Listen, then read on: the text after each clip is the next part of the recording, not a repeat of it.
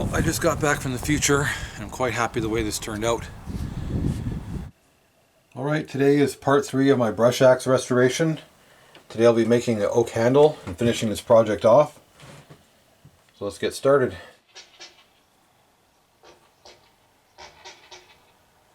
So I'm just doing some measuring to find out what I need to do to make this handle. And it appears that the handle's going to be sticking out this way. And this little eyelet or bracket, whatever you want to call it, is a little bit smaller than this one. So I'm thinking it's a tapered handle that's going to have to slide in from the top like that. So there's my wood rack I built for all my oak. All the longer pieces for my oak handles. This rack here is fairly new, but this wood has been sitting in my shed for a couple of years now, so it's nice and dry. I don't have to worry about it shrinking anymore. So on top of my wood rack, I had this piece of birch. I harvested this, well, probably 7 years ago, something like that. Made this handle for another project. It's kind of close to the diameter I need too, so I think I'm going to just give this a try. So here are some of the tools I'll be using. Number 4 hand plane, a farrier's rasp, a palm plane, homemade caliper, spoke shave, and a draw knife that I made myself quite a few years ago. Yeah, so I'm going to try this handle out. If it works, it'll save me a ton of work, and it'll really suit the primitive look of this axe.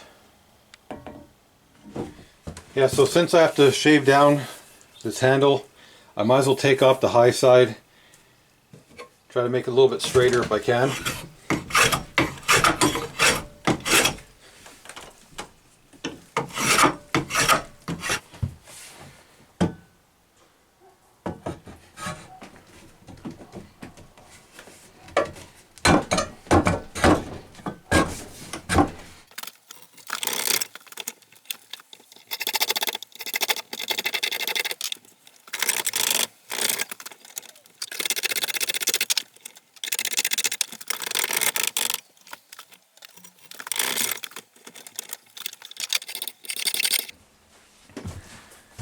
Well, I can honestly say I've never done a handle like this before. I just keep trying it, marking it with the pencil, marking what side needs to be shaved down, keep pulling it out. So I got it in this far now. So I mark it, and I can see on this side that it's rubbing, so I'm just going to make some marks with my pencil.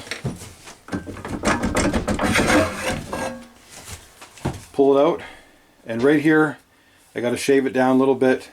Keep trying it. One thing I'm making sure is I'm putting the handle in the exact same way every single time. If I get it mixed up, then I'm going to mess everything up.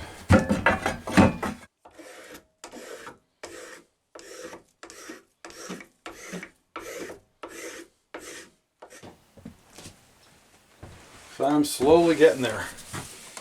But you can see right here how close the blade is to the handle. I don't like that. I want to try to get this end to come up. So what I'm going to do is start shaving away right here. That should drop that down a bit, lifting this up. That's way too dangerous like that.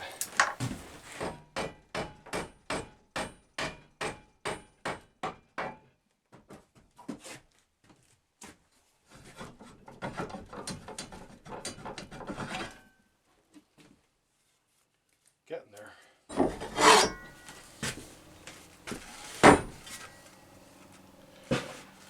Yeah, this thing is super heavy.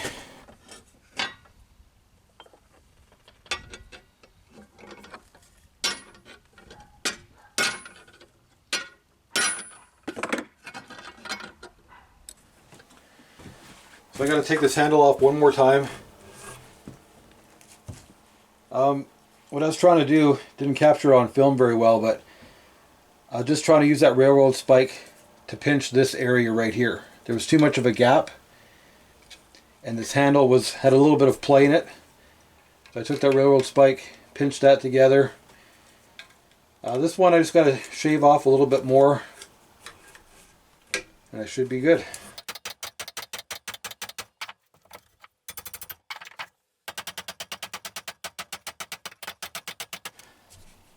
I hammered this wedge in this gap. If you remember, there was just a little gap there. I didn't like that. So I open this up.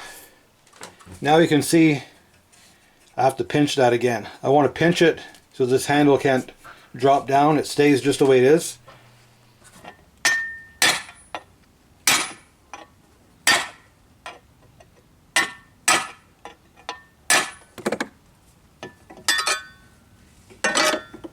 So here are these roots, those trees I just cut down. These are the ones that were making their way to my foundation, my house.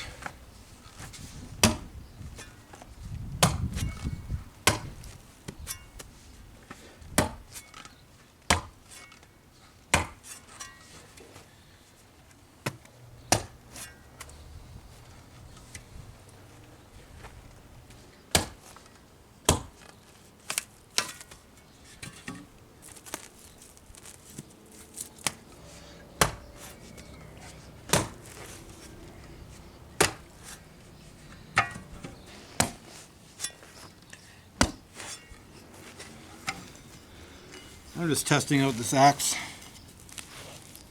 getting a feel for it.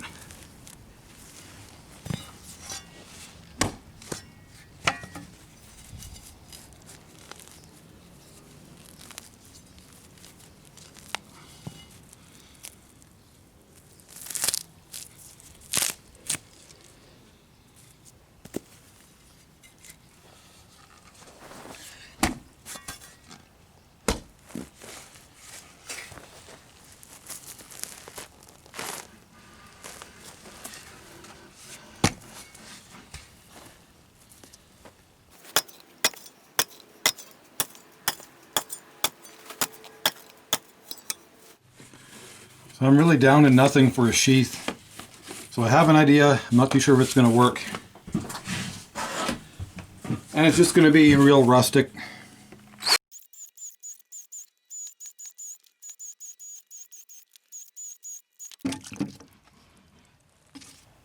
So while my leather is soaking, just going to do a bit of sanding on this handle. I don't want to do too much. I like that really primitive look to it.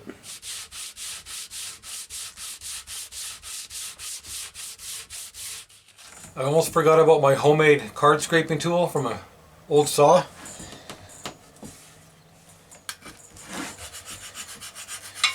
It's almost like a spoke shave, but a little finer.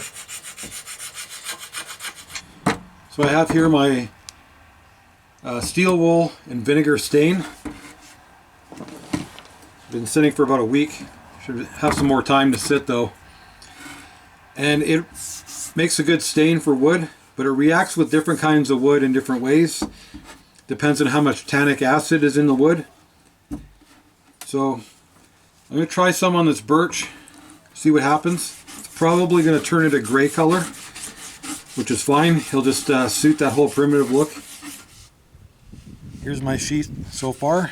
I know it's really impractical, so I'm just making do with what I have. This leather is still wet, so I want to pull it nice and tight before it dries. This is a lacing tool I made quite a few years ago.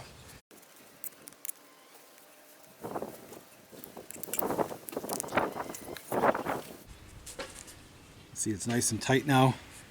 Just needs to dry and shrink, and it should keep its shape like that.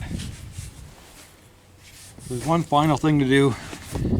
Let's give it some linseed oil on the handle.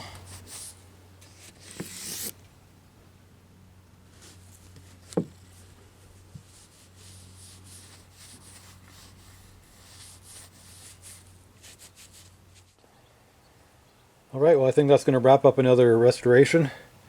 Definitely turned out different than I thought it would. I think I stayed true to its primitive look. course, it's going to get some more linseed oil in the handle, a bit more sharpening, but it's pretty much done. So let me know what you think, and thanks for watching.